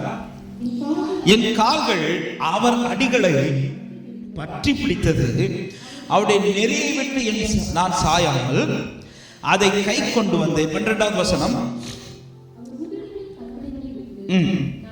பின்வாங்குவதில்லை, எனக்கு வேண்டிய ஆகாரத்தை பார்க்கலாம் அதிகமாய் காத்து கொண்டேன் என்றார். இப்படி சொன்னவர் தான் 14வது வசனத்துல சொல்றாரு, எனக்கு குறித்திருக்கிறதை அவர் நிறைவேற்றுவார். இரண்டாவது இந்த யோபு என்ன சொல்லுகிறார் என்றால், முதலாவது சொன்னார் நான் போகும் வழியை அவர் அறிவார். இரண்டாவது இந்த யோபு சொல்றார், என் கால்கள் அவர் அடிகளை பற்றி கொண்டது. அப்படின்னா அர்த்தம் என்ன? அவர் எனக்கு வழியை அறிந்தவர் மாத்திரமல்ல, அவர் என்னை வழி நடத்துகிற தேவனாக இருக்கிறார். நான் எப்படி நடக்கிறேன் தெரியுமா? நான் எங்க நடக்கிறேன் தெரியுமா? அவர் காண்பித்த வழி. நான் எப்படி நடக்கிறேன் தெரியுமா? அவர் நடத்துகிற பிரகாரமா நடக்கிறேன். ஏன் இந்த வார்த்தையை சொல்லுகிறேன் என்றால், பொறுமையா சிறந்த சகிச்சு நான் தேவனுடைய செயலின் முடிவை பார்க்க வேண்டுமானால் முதல்ல எனக்கு வழி தெரியணும். நான் நடக்கிற வழி சரியான வழியா, தேவன் தான் நடத்துறாராங்கிற வழி தெரியணும். இரண்டாவது, வழி தெரிஞ்சு மட்டும் போதாது, அவர் என்னை வழி நடத்தணும். வழி தெரிஞ்சிச்சுன்னு நான் கால் வச்சேன்னா பிரச்சனை. நீ தீயை கடக்கும் போது, தண்ணீரை கடக்கும் போது நான் உன்னோடு கூட இருந்து, அப்படிதான் ஆண்டவர் சொல்லுவார். நீ கடந்து வந்துருன்னு சொல்லல, நான் உன்னோடு கூட இருந்து, நான் உன்னோடு கூட இருந்து. யாக்கோபுக்கு சொல்றார், நான் உனக்கு சொன்னதை செய்து முடிக்கும் வரையிலும் உன்னை கைவிட மாட்டேன்னா யாக்கோபே நான் நடத்துவேன் அப்படின்றார். ஆனா யாக்கோபு எழுந்த உடனே என்ன சொல்றார் தெரியுமா? ஆண்டவர் நான் போக வழியில் நீங்க வந்து என்ன பிளஸ் பண்ணணும். அதாவது யாக்கோபு அவர் நடத்துவேன்னு சொல்லும் போது யாக்கோபு சொல்ல, நீங்க நடத்தாண்டா, நான் போற வழியில நான் நடக்கிறதுக்கு நீங்க நடக்கின்ற. அப்படி போனதுனால யாக்கோபுக்கு போற இடத்துல ஸ்டெடியா நிற்க முடியல. அன்பு சகோதரர், அன்பு சகோதரி, வழி தெரிவது மட்டும் விஷயம் கிடையாது, அவர் என்னை வழி நடத்தணும். அதனால சொல்ல, என் கால்கள் என் அடிகளை பற்றி கொண்டு போனதல்ல, என் கால்கள் அவர் அடிகளை பற்றி கொண்டு போனது. ஏன்னா இப்ப யோபு நடக்கிற இந்த சோதனை பாதை என்பது கடினமான பாதை. யோபு சொல்றார், எப்படி என்னால் இது ஈஸியா நடக்க முடியுதுன்னா, எனக்கு முன்னாடி அவர் நடக்கிறார்.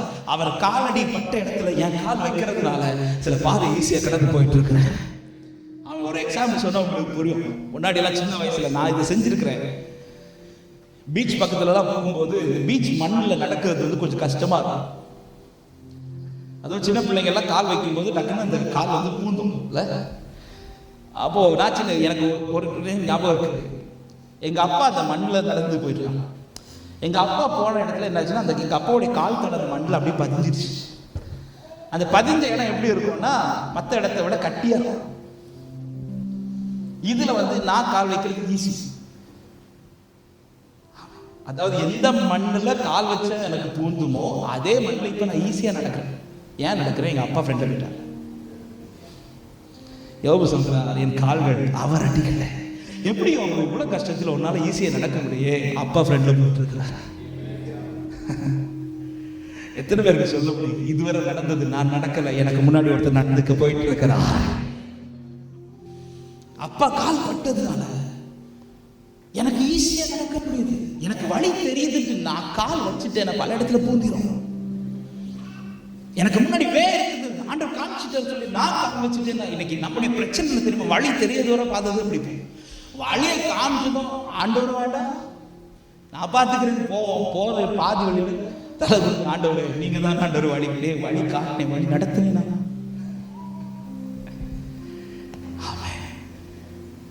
சிலர்லாம் இந்த இன்விடேஷன் அடிச்சுட்டு வரும். இந்த காரியம் கர்த்தரால் வந்து ஆண்டவரே சொல்றாரு, எனக்கு எதுவும் சம்மந்தமே கிடையாது. என்கிட்ட ஒரு வார்த்தை கூட கேட்கல.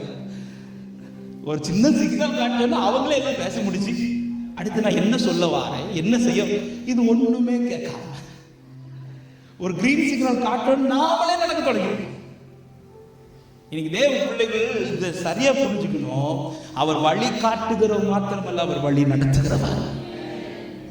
ஏங்க, எகிப்திலிருந்து மோசையை கொண்டு இஸ்ரவேல் ஜனத்தை மீட்டு கொண்டு வந்த ஆண்டவருக்கு வனாந்தரத்திலிருந்து கானான் வர மோசையை வச்சு நடத்த முடியாதா? என்ன நடத்திருக்கலாம்ல? மோசே இதான் ட்ராக், மோசே கொண்டு வந்து சொல்லிருக்கலாம். கர்த்தர் அப்படி நடத்தல. வனாந்தரத்தில் வந்து ஜனங்களை எதை பார்க்க தொடங்குறாங்க தெரியுமா? அவர் அக்னி ஸ்தம்பமாய் மேக ஸ்தம்பமாய் அவர்களுக்கு முன் நிற்கிறது. ஆமா, இதான் வழி. வெளியில கொண்டு இதான் போய் வழி காமிச்சாலும் ஒரு தேவ பிள்ளை கடைசி வரை போய் சேர வேண்டுமானால் மோசையால நடத்த முடியாது, எந்த மனுஷனாலும் நடத்த முடியாது, சுயமாக நடக்க முடியாது. கர்த்தர் நடத்தினால் மட்டும் நான் போய் சேர முடியும். எனவேதான் யோபு சொல்ற, என் கால்கள் அவர் அடிகளை, நான் என் சுயமா நடக்கல, நான் என் இஷ்டம் போல, எனக்கு வழி தெரியுது, இது கர்த்தர் நியமித்த பாதம் தெரியுது, கர்த்தர் எனக்கு ஆயத்தம் பண்ண பாதம் தெரியுது, அப்படி சொல்லி நான் நடக்கல. நான் எங்க ஸ்டெப் வைக்கணும், நான் என்ன செய்யணும், எது அடுத்து என் கால்கள் வைக்க, இதை கர்த்தர் எனக்கு காண்பிக்கிறார், அதன்படி நான் வச்சிட்டு இருக்கிறேன். இப்படி நடக்கிறவன் சொல்லுகிற வார்த்தை தான் எனக்கு குறித்திருக்கிறதை என் ஆண்டவர் நிறைவேற்றுவார். எனவேதான் ஒரு தேவ பிள்ளை அடுத்து எதற்கு முக்கியம் கொடுக்கணும்னா, அவருடைய பிரசனத்தில் எவ்வளவு நெருங்கிறதுக்கு நான் முக்கியத்துவம் கொடுக்கிறேனோ அதே போல அவருடைய வசனத்தை கேட்கறதுக்கு முக்கியத்துவம் கொடுக்கணும்.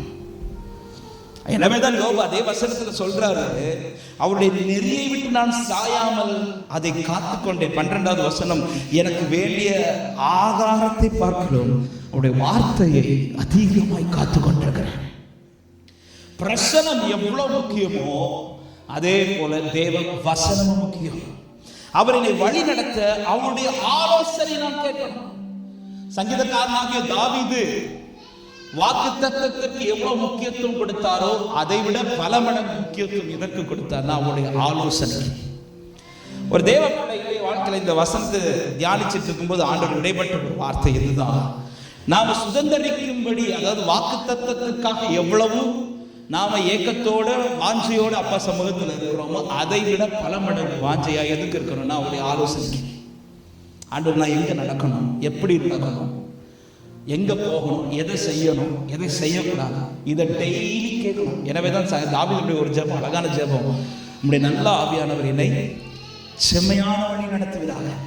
நான் நடக்க ஆண்டவர் என்ன நடக்க விட்டுருக்க அப்படி இல்லை, நீங்க என்ன நடத்துங்க ஆண்டவரே, நீங்க என்ன எப்படி நடத்தணும் அப்படி நடத்துங்க.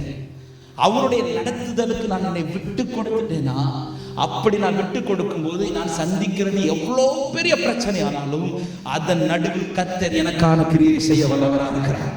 மார்க் 5வது அதிகாரம், அங்கே ஒரு சம்பவம் நமக்கு கொடுக்கப்பட்டிருக்கிறது, எல்லாருக்குமே தெரிந்த சம்பவம். ஆண்டவர் ஊழியத்திற்காக போயிட்டு இருக்கும்போது வழியில யார் வரான்னா யவீர் வரான். யவீர் இயேசு பாதத்தில் பிடிச்சு, தன் மகள் 12 வயது மகள் மரண அவஸ்தையா இருக்கும்போது பாதத்தை பிடிச்சு வீட்டுக்கு கூப்பிடுறாரு. வீட்டுக்கு கூப்பிட்டு இயேசு வீட்டுக்கு புறப்பட்டு போயிட்டு இருக்கும்போது வழியில இன்னொரு அற்புதம் நடக்குது. 12 வருஷம் பெரும்பாடு உள்ள ஒரு ஸ்திரீ வீட்டில இருந்து புறப்பட்டு வரும்போது எப்படி வராது, அவருடைய வஸ்திரத்தின் ஓரத்தை தொட்டாவது நான் சுகத்தை பெற்றுவேன்னு சொல்லிட்டு இந்த விசுவாசத்தோட ஃபெய்த்தோட வரா, வஸ்திரத்தின் ஓரத்தை தொடுறா, தொட்டதுமே சுகம் கிடைக்குது. கிடைச்சது ஆண்டவர் யவீர் வீட்டுக்கு போயிட்டு இருந்த ஆண்டவர் திடீர்னு ஸ்டாப் ஆகிட்டாங்க. ஸ்டாப் ஆகி தொட்டது யாருன்னு சொல்லி திரும்பி அவளை இப்போ எல்லாருக்கும் முன்னாடி நிறுத்தி அவளுடைய சாட்சியை சொல்ல வைக்கிறாங்க.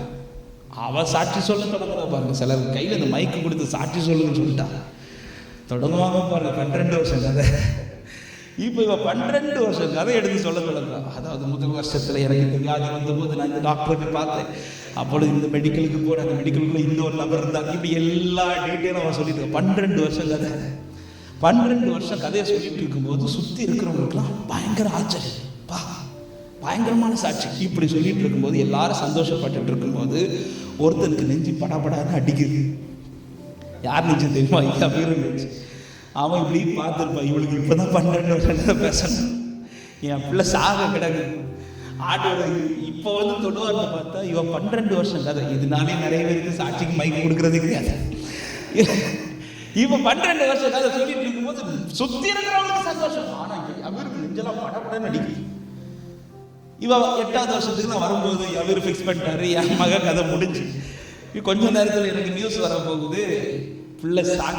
அப்படியே எக்ஸ்பிளைன் பண்ணிட்டு இருக்கும்போது வீட்டுல இருந்து ஒருத்தர் வாரான். இவன் 10வது வருஷம் தான் வந்து, இன்னும் 2 வருஷம் முடிக்கல. வீட்டுல இருந்து வர ஆளை பார்த்தோன்னே இவன் ஃபிக்ஸ் பண்ணிட்டான். எஸ், வந்தவன் சரியா சொல்றான், இனி போதகரை வருத்தப்படுத்தாத, யார் விட்டுரு அப்படின்னு சொல்லிட்டு இருக்கும்போது ஆண்டவரே கூப்பிடுறதுக்கு முன்னாடி இயேசு அவனை பார்த்து சொல்றார், பயப்படாத, விசுவாசம் உள்ளவனார் அப்படின்றார். இதுல உடனே அவன் என்ன வார்த்தை கேட்கல, அது எப்படி ஆண்டவரே கொஞ்சம் முன்னாடி வந்திருந்தீங்கன்னா நல்லா இருக்கும், இனி எப்படி இது சாத்தியமாகும், இது எப்படி நடக்கும் எதுவுமே சொல்ல. இந்த இன்சிடென்ட் நடக்கிறது வரையிலும் நான் விசுவாசிக்கிறேன் யவீரு இயேசு கையை பிடிச்சு போயிருந்தார். இந்த இன்சிடென்ட் வந்ததும் கை மாறுது. இயேசு யவீரு கையை பிடிக்கிறார். யவீரு தட்டல. யவீரு புரிஞ்சுக்கிட்டாரு, இனி என் லைஃப்ல நடக்கணும் நான் சொல்றபடி இல்லை, அவர் சொல்றபடி. அவர் சொல்றபடி. அதன் அடையாளமா வீட்டுக்குள்ள வரும்போது ஒப்பாரி வச்சுட்டு இருக்கிறாங்க. அழுதுட்டு இருக்கும்போது எல்லாரையும் பார்த்து ஆண்டவர் சொல்றாரு, ஆமென், நீங்க அழ வேண்டாம். 38வது வசனம் 39வது வசனத்தை நான் ஜெபாலய தலைவருடைய வீட்டில் வந்து சந்தடியையும் மிகவும் அழுது புலம்புகிறவர்களை கண்டு உள்ளே பிரவேசித்து நீங்கள் சந்தடி பண்ணி அழுகிறது என்ன, பிள்ளை மறிக்கவில்லை நித்திரையா இருக்கிறாள் என்றார். உடனே எல்லாரும் சிரிக்கிறார். நகைச்ச உடனே ஆண்டவர் செய்கிற காரியத்தை பாருங்கள். அதற்காக அவரை பார்த்து நகைத்தார்கள். எல்லாரையும் அவர் வெளியே போக பண்ணி. நல்லா கவனிங்க, இது யார் வீடு? இயேசுக்கு வீடு கிடையாது, யவீரு வீடு. வீட்டுக்குள்ள வந்து யார் இந்த வீட்டுக்குள்ள இருந்து அழுறவங்களா? யாரும் கிடையாது, சொந்தங்களாக தான் இருப்பாங்க, சொந்தக்காரங்க தான் இருப்பாங்க. ஆண்டவர் வீட்டுக்குள்ள வந்ததை சொல்ற எல்லாரும் வெளியே போங்கண்டா. உடனே யவீரு போய் தடுத்தார். ஆண்டவரே அப்படியெல்லாம் சொல்லிடாதீங்க, நீங்க இன்னைக்கு சொல்லிட்டு போயிருவீங்க, நாளைக்கு மொத்தம் நான் தான் பார்க்க போறேன். தடுக்கல. ஆண்டவர் என்ன செய்யறாரு தன் வீட்டுல அதற்கு முழு உரிமை கொடுக்கிறான், முழு உரிமை கொடுக்கிறான். இதுதான் ஆலோசனை நடக்கிறான். கர்த்தர் சொல்றதா என் லைஃப்ல நடக்கணும், கர்த்தர் சொல்றதா என் குடும்பத்தில் நடக்கணும்.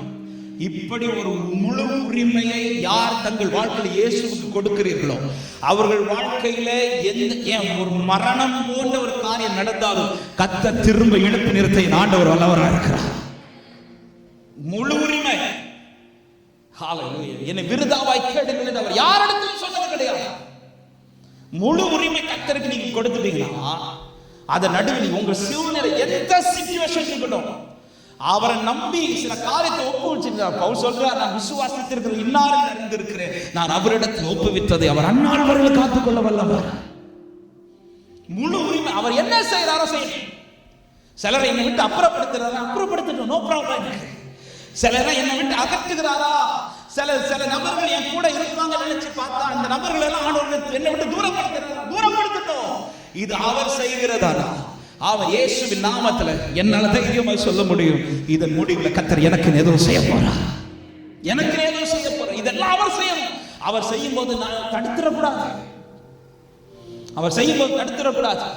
காரணம் ஒரு கல்யாண வீட்டுல மரியாதை வந்து வீட்டுக்காரங்க சொல்ற அவர் உங்களுக்கு என்ன சொல்றாரு அதன்படி. ஏன்னா இப்போ இங்க இடத்துல ஒரு அற்புதம் நடக்கணும். அந்த வீட்டுல இயேசு அழைக்கப்பட்டிருந்தாரே தவிர அந்த வீட்டுல உரிமை கொடுக்கல.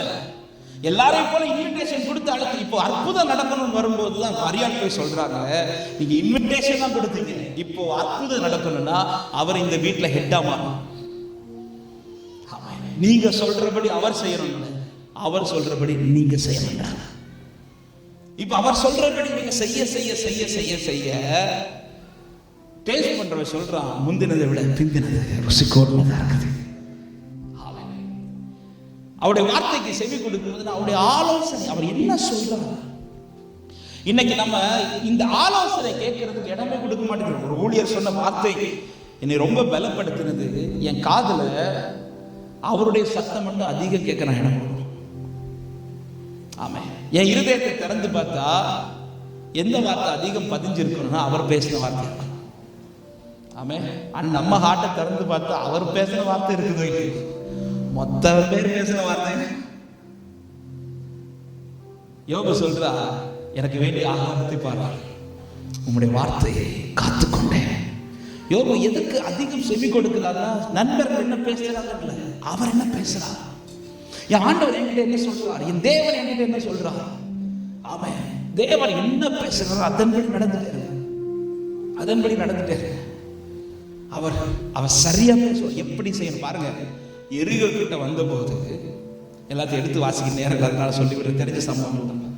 எரிகோ கிட்ட வந்த போது யோசுவா ஆலோசனை கேட்கிறான் ஆண்டவர் கிட்ட. ஏன்னா ஒரு பெரிய கோட்டை, இது எப்படி தாண்டணும்னு தெரியல. ஆண்டவர் சரியா கைட் பண்றாரு. 6 நாட்கள் ஒவ்வொரு முறை சுத்துங்க, 7வது நாள் 7 முறை சுத்துங்க. சுத்திட்டு 7வது முறை என்ன செய்யணும்? ஆர்ப்பரிங்க. ஆனால் இந்த 6 நாட்கள் யாரும் எதுவும் பேசக்கூடாது, அமைதியாக சொல்லணும். சரியா கேடு. இந்த ஆண்டவர் செய்ய சொல்ற காரியம் வந்து ரொம்ப லகுவாக தான். அவங்க அதே போல சொல்றாங்க, இவ்வளோ பெரிய கோட்டை, அந்த கோட்டை சிம்பிளா இடிஞ்சு முடிச்சிச்சு, ஈஸியா ஜெயிச்சிட்டாங்க எரிகோ. இந்த எரிகோவை ஜெயித்து அடுத்து அவர்கள் எந்த பட்டணத்தை சந்திக்கிறாங்க? ஆயி பட்டணத்தை சந்திக்கிறாங்க. இந்த பட்டணம் எரிகோவுல கம்பேர் பண்ணும்போது சின்ன பட்டணம். எரிகோவில் இருக்கிற ஆட்களை வச்சு பார்க்கும்போது கொஞ்சம் பேர் தான். இந்த கூட்டத்தை ஈஸியா நம்ம அட்டாக் பண்ணிடலாம்னு சொல்லிட்டு யோசுவா என்ன பண்ணிட்டாருன்னா, ஆண்டவர்கிட்ட ஆலோசனை கேட்கல, போய் யுத்தம் பண்ண போறாங்க. போனவர்கள் கொஞ்ச நேரத்திலேயே ஒன்னும் இல்லாம முறியடிக்கப்பட்டு திரும்ப வராங்க. இப்ப யோசுவாவுக்கு புரியல, ஆண்டவர் எரிகோவை ஈஸியா ஜெயிச்சிட்டோம், இந்த ஆயி பட்டணத்தை ஏன் ஆண்டவரை ஜெயிக்க முடியலன்னா சிம்பிள், அங்க ஆலோசனை கேட்டவங்க இங்க ஆலோசனை கேட்கல. நீதிமன்றங்கள் ஒரு வார்த்தை இருக்கு, ஆலோசனை இல்லாத இடத்துல ஜனங்கள் விழுந்து போவார்கள். தேவனுடைய ஆலோசனை, ஒரு தேவ பிள்ளையில் தேவன் காண்பிக்கிற வழியில நடத்தப்பட வேண்டுமானால் அவர்களால் சுயமாய் நடக்க முடியாது. தேவனால் வழி நடத்தப்பட்டால் மாத்திரமே நடக்க முடியும்.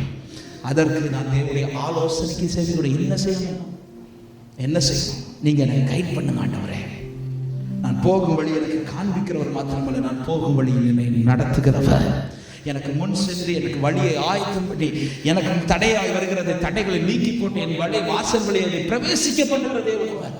அவர் என்னை வழி நடத்த கைட் பண்ணுவார். எப்படி போகணும் சரியா கொண்டு போவார். என்ன எங்க கால் வைக்கணும், எங்க கால் வைக்க கூடாது, எங்க போகணும், எங்க போக கூடாது, எதை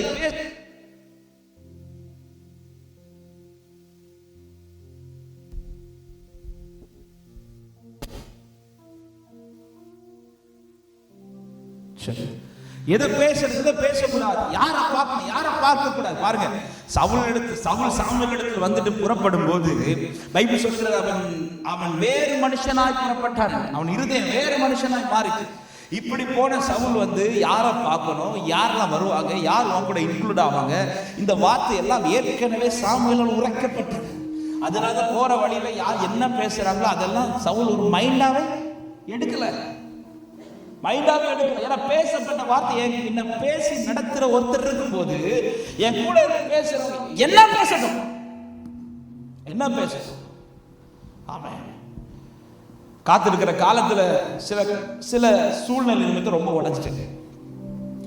ஏன்னா எனக்கு முன்னாடி வந்த கேள்விகள் வந்து, அதாவது நம்ம ஊரை பொறுத்தவரை தெரியும், ஒரு வயசு வந்தவொடனே கேட்பாங்க, இன்னும் கல்யாணம் ஆகலையா? 22 கேட்பாங்க, 18 கேட்பாங்க.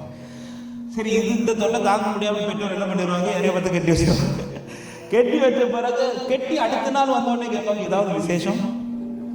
அது என்ன விசேஷம் எனக்கு இது வர தெரியல. இப்போ எல்லாரும் கேட்க தொடங்கிட்டாங்க. ஆனா எனக்கு ஆரம்பத்துல வந்து அது வெக்கமாவே தெரியல, அது எனக்கு ஃபீலிங்கா தெரியல. ஏன்னா ஆண்டவர் எனக்கு வாக்கு கொடுத்திருந்தா, உனக்கு நான் லேவிய சந்ததியை போல தாவீது சந்ததியை போல நான் உன் பிள்ளைகளை தந்து வர்த்திக்க பண்ணுவேன், இதை எனக்கு கொடுக்கப்பட்ட வாக்கு தத்துவம். அப்போ எனக்கு நல்ல கான்ஃபிடென்ட் இருக்குது, ஆண்டவருக்கு குறையாமல் 2 பிள்ளைங்களுக்கு மேலே தர போகிறாருன்னு எனக்கு நல்ல கான்ஃபிடென்ட் இருக்குது. ஸோ ஃபஸ்ட்டு வருஷத்துலாம் சந்தோஷமாக பேசிட்டேன். 2வது வருஷம் 3வது வருஷம் ஆகும்போது அப்போ தான் ஊழியத்துக்கு பயன்படுத்த தொடங்கும்போது இந்த ஊழியத்தில் போகிறதுனால நிறைய கேள்விகள், அது என்னை ரொம்ப உடைச்சிச்சு. இப்போ ஒரு நாள் எனக்கு என்னென்னா, சில கேள்விகளோட ஆண்டவர் சமூகத்தில் போய் உட்காரலாம். எனக்கு வந்து இப்போ ஆராதிக்கிறதுக்கோ வார்த்தை கேட்கறதுக்கோ இல்லை, இந்த கேள்வியை கேட்டு ஆண்டவர் எனக்கு பதில் தரணும். இந்த கேள்விகளோட போய் ஆண்டவர் சமூகத்தில் போய் உட்கார்ந்து நான் கேள்வி கேட்டு அவர் பதில் சொல்லுவார்னு பார்த்தா, அவர் என்கிட்ட ஒரு 3 கேள்வி கேட்டார். அதோட வாயில சிப்பை போட்டு அவர் கேட்ட முதல் கேள்வி என்ன தெரியுமா? பயங்கரமான கொடியிலிருந்து உடையான சேற்றிலிருந்து ஒன்றா தூக்கி கண்மேல மேல நிறுத்தி, இதெல்லாம் செஞ்சது நீ கூப்பிட்டதுனால செஞ்சேன்னா நான் பார்த்ததுனால செஞ்சேன்னு கேட்டார். ஆண்டவரே, நான் கூப்பிட்டதுல செய்யலை, நீங்க பார்த்து என்ன செஞ்சீங்க?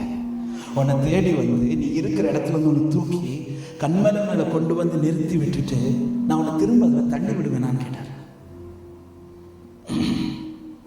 உன்னை திரும்ப தள்ளி விடுவேனா? உன்னை அப்படி தள்ளி விடுறதுக்கா தூக்குனேன்? அப்படி தூக்குறதுக்கு அவசியமே இல்லையே. உன்னை ஏன் வேற ஆள் இல்லை, நான் உன்னை தூக்குனேன். உன்னை தூக்கி நிறுத்திட்டு தள்ளி விடுறதுக்குல்ல, உன் மேன்மை பெருக பண்ணுவதற்காக. அடுத்து 2வது கேட்ட கேள்வி என்னன்னா, ஏன் நீங்க இந்த கேள்வியோட வந்து நிற்கிற? உன் முன்னாடி பேசுகிற வார்த்தைகள்ல மனுஷங்க பேசுகிற வார்த்தைகள், மனுஷங்க கேட்குற கேள்விகள், இந்த கேள்வியெல்லாம் உனக்கு இப்போ என்கிட்ட கேள்வி இருக்கும் போல. சரி, நான் இப்போ ஒரு கேள்வி கேட்குறேன், உனக்கு நான் தந்த வார்த்தை இருக்குதான்னு கேட்டேன். ஆமாம் ஆண்டவரே. ஓ முன்னாடி மனுஷங்க பேசுகிற வார்த்தை இருக்குது. ஆமாம்.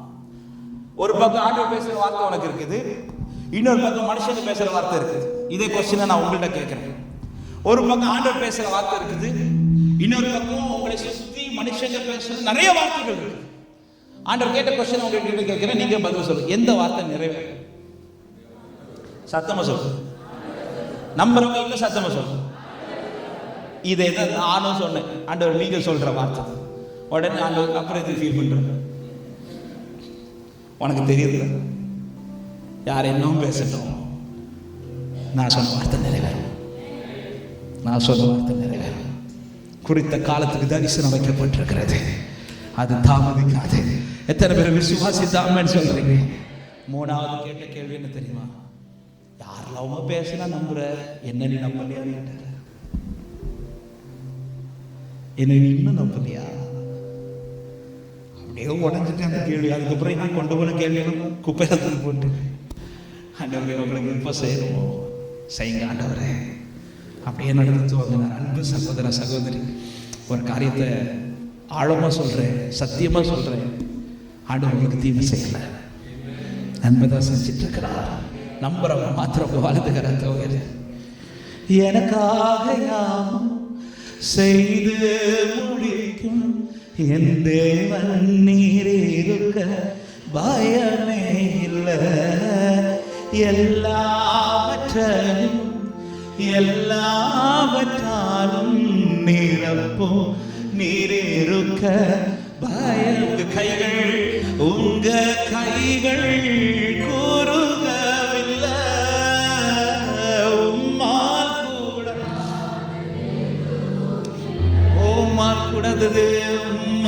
கூடாதது எதுவும் இல்லை. இயேசுவால் கூடா. அவர் ஆலோசனைக்கு செவி கொடுக்கணும்னு இந்த ஒரு காரியத்தை மட்டும் நான் சொல்லி முடிக்கிறேன். அவர் ஆலோசனைக்கு செவி கொடுக்கணும்னா நாம் உங்களிடத்தில் அதிகம் பேசுவதை விட அவர் அதிகம் நம்மிடத்துல பேச இடம் கொடுக்கணும். ஆமென். ஹல்லேலூயா. நம்ம பிரச்சனை என்னன்னா, நம்ம தான் ஃபுல்லா பேசுவோம். அவர்கிட்ட பேசுறது என்ன மூட்டை. அவர் பேச வரும்போது ஆண்டவர் பையாண்டவர் அடுத்த மீட்டிங்ல உண்மையை சொல்லுங்க, நீங்க அதிகம் அவர்கிட்ட பேசுறீங்களா இல்ல அவர் அதிகம் பேச விடுறீங்களா?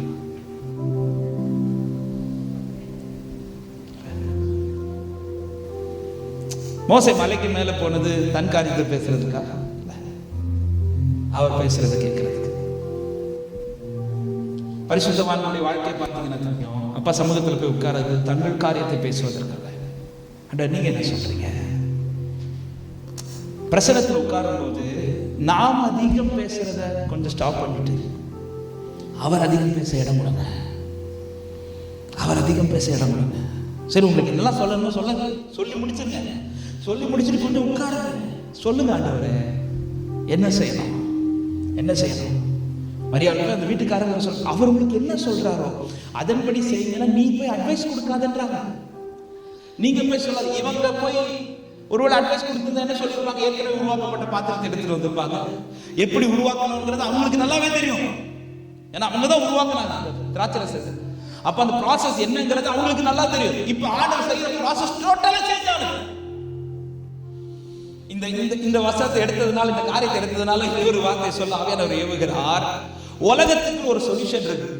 இந்த சொல்யூஷன் வழி நடந்தாதான் இந்த காரியம் நடக்கும்.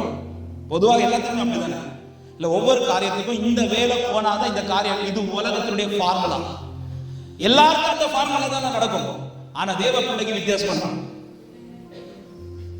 ஆமா, ஏற்கனவே திராட்சரசை உருவாக்குறது எப்படி உருவாக்கியிருக்காங்க? திராட்சை பழம் எடுத்து பொதுவாக இந்த திராட்சரசை உருவாக்கணும்னா மினிமம் 1 வீக் ஆகுன்றாங்க. நல்ல ருசியுள்ள திராட்சரசு.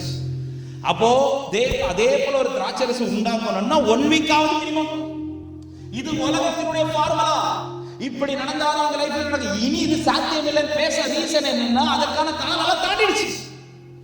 ஆனா காத்திருக்கிற தேவ பிள்ளைக்கு உலகத்தின் ஃபார்முலால காரியம் நடக்காது, பரலோக ஃபார்முலால காரியத்தை நிறைவேற்றுவார்.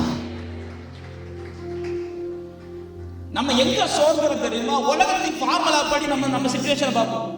அதன்படி அந்த ஃபார்முலா படி சிச்சுவேஷன் இல்லாததுமே ஆட்டோமேட்டிக்காவே சோர்வும். இது எல்லாருக்குமே ஊழியர்களா இருந்தாலும் வரும், விசுவாசிகளா இருந்தாலும் வரும். ஆனா காத்திருக்கிற தேவ பிள்ளைக்கு சொல்றேன், இன்னொரு காரியத்தை காத்திருப்புன்னு வந்ததுனால சொல்றேன், சிலரை காத்திருக்க வைப்பது பனிஷ்மெண்ட் கிடையாது, அது தேவ தரிசனத்தின் பாதை. அதுல நடக்க போகிற கிரியை உலகத்தின் ஃபார்முலா படி நடக்காது, பரலோக ஃபார்முலா படி. எத்தனை பேர் விசுவாசிங்க எனக்கு நடக்க போறது பரலோக ஃபார்முலா படி தான் நிறைவேற போகுதுன்னு சொல்றவங்க? ரிசல்ட் ஒண்ணுதான், திராட்சை ரசம் தான், ஆனா ஃபார்முலா வித்தியாசம். உலகத்தின் கணக்கு பரலோக கணக்கு வித்தியாசம். உலகத்தின் கணக்கு சொல்ல திராட்சை பழம் வேணும், அதை பொடியணும், அது இப்படி. பரலோக ஃபார்முலா தண்ணி நிரப்பினாலே போதும், தண்ணி நிரப்பினாலே போதும். அவன் விசுவாசித்தான் தேவ மகிமையே. இங்கே அவர் ஒவ்வொன்றா சொல்ல இதை கூட தான் ஒரு வீட்டில் மீட்டிங்ல நடக்கும்போது சொன்னேன். அவர் செய்ய சொன்ன காரியத்தெல்லாம் பாருங்க. பாத்திரத்தை கொண்டு வர வைக்க சொன்னார், இதை நம்மளால செய்ய முடியுமா?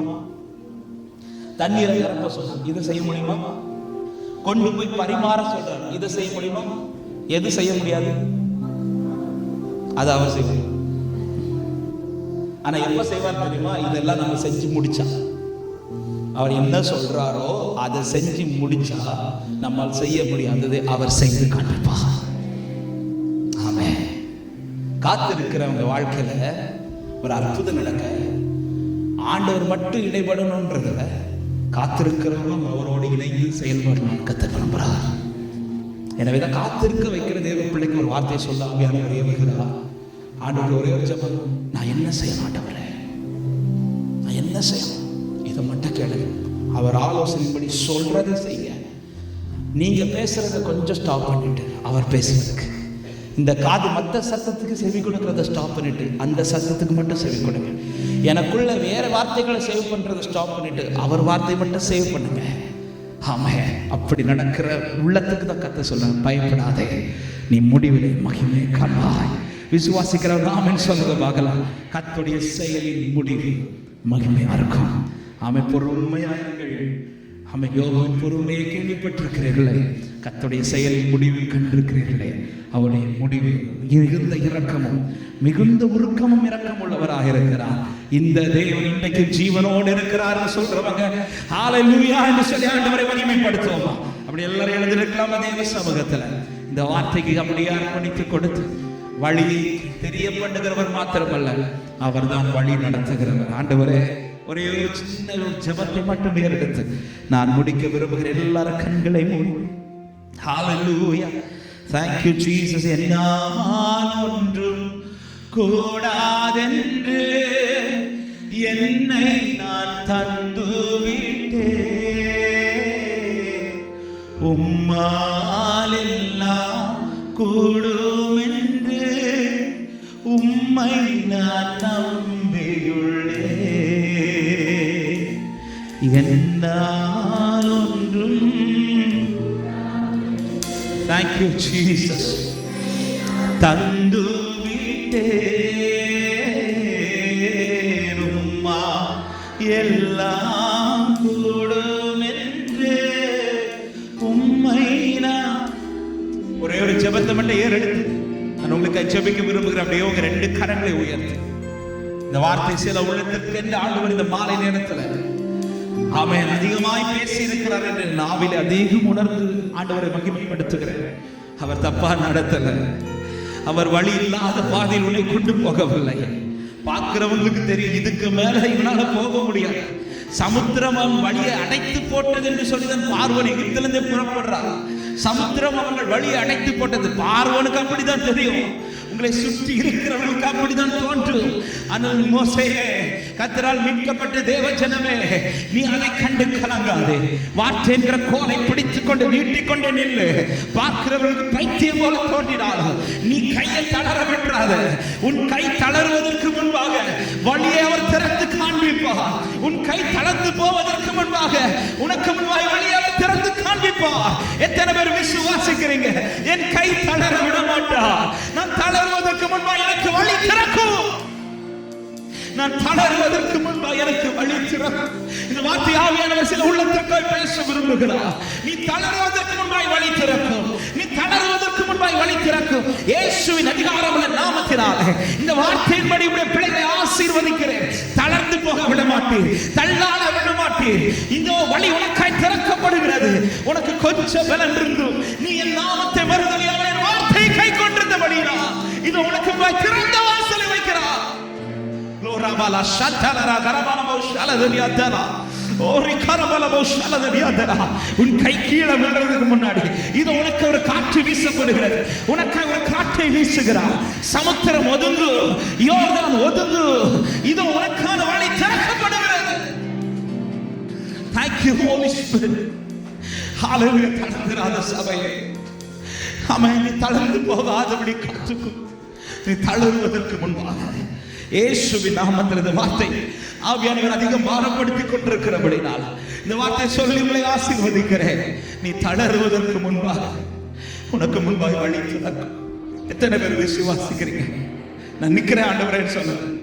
எந்த சமுத்திரமான வார்த்தை பிடித்துக் கொண்டு இருக்கிறேன். எனக்கான வழி எனக்கு முன்பாக இருக்கிறது. நான் போகும் வழி என் கர்த்தர் அறிவார். என் கால்கள் அவர் அடிகளை பற்றி கொண்டிருக்கிறது.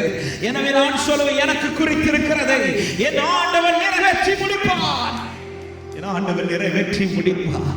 நம்பிக்கையோட செல்லுங்கள். நம்பிக்கையோட தேவனை பற்றி கொள்ளுங்கள். ஆமென். வழி அடைத்து போடவில்லை. பார்க்கிறவங்களுக்கு அப்படிதான் சொல்ல, பார்வன் அப்படிதான் சொல்லிட்டு வரான். சமுத்திரம் அவர்களை அடைத்து போட்டது. ஆனா நீ சொல்லாத சபையே, இந்த அடைக்கப்பட்ட சமுத்திரத்தின் நடுவில் தான் உங்களுக்காக வழி திறக்கப்பட போகிறது. இயேசுவின் நாமத்தினால ஆண்டவர் இந்த வார்த்தை சொல்லி பிளஸ் பண்றேன். செயல் எங்களுக்கு தெரியல, ஆனா செயலின் முடிவு எங்களுக்கு தெரியும். நன்மைக்கு இதுவான முடிவு, நன்மையாகவே கர்த்தர் செய்ய போகிறார். நல்ல கைகளை தட்டி ஆண்டவருக்கு மகிமை செலுத்துவோம். நல்ல கரங்களை தட்டி தேவனுக்கு நன்றி செலுத்துவோம்.